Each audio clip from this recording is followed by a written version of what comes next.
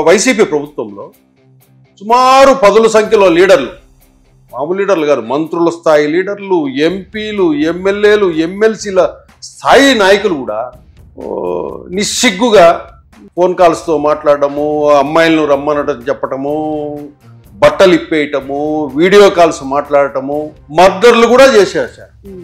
కానీ కూడా జగన్మోహన్ రెడ్డి ఇసుమంతు కూడా స్పందించాలి. ఎందుకంటే వాళ్ళు కావాలి పార్టీకి, వైసీపీ పార్టీకి వాళ్ళు కావాలి.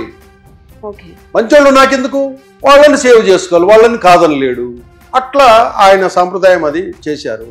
మళ్ళీ తర్వాత టీడీపీ తీసుకుంటే టీడీపీ కూడా కఠినమైన శిక్షలు ఏంలో ఉండవు, క్రమశిక్షణ గల పార్టీ అంటుంది, మేము చాలా పర్ఫెక్ట్ పార్టీ అంటుంది, ఇంకా మేము తప్పక ఆ రాష్ట్రాన్ని ఎవరు బాగుపరచలేము అన్నట్లు అంటుంది. కానీ టీడీపీ పార్టీ కూడా కొన్ని చూసి చూడనట్లు తెలియనట్లు యాక్షన్ చేస్తా పోతారు. ఇదే చంద్రబాబు నాయుడు గారు వాళ్ళ ఎమ్మెల్యే కోనేటి ఆదిమూలం సత్యవేడు ఎమ్మెల్యే బట్టలు ఇప్పి పబ్లిక్ గా లాడ్జీ రూముల్లో పొల్లాడుతున్నాడు ఒక అమ్మాయితో, ఒక కార్యకర్తతో.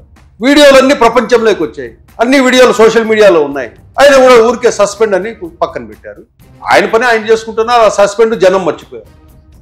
మామూలుగా ఆయన అయితే ఏం చేయాలి, ఇమ్మీడియట్ గా రాజీనామా చేయించాలి. కానీ రాజీనామా చేయించడు. ఎందుకు?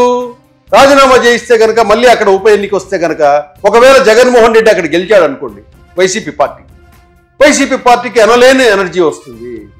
అందుకు పొలిటికల్ బెనిఫిట్ కోసము అతన్ని రాజీనామా చేయించకుండా జనం మర్చిపోతారులే అనే విధంగా టీడీపీ పార్టీ చేస్తుంది. అట్లాగే మొన్న తిరుపతిలో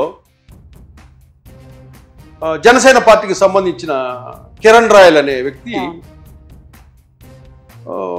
ఒక రకంగా చూస్తే జనసేనలో ఒక ఐడెంటిఫైడ్ పర్సన్ ఇతను రాష్ట్ర వ్యాప్తంగా. ఆ వ్యక్తి మహిళలకు సంబంధించి, లేడీస్కి సంబంధించి నాకు అమ్మాయిలంటే ఇష్టము, అమ్మాయిలంటే నాకు పిచ్చి అని క్లియర్గా ఒక అమ్మాయితో చెప్తున్నాడు.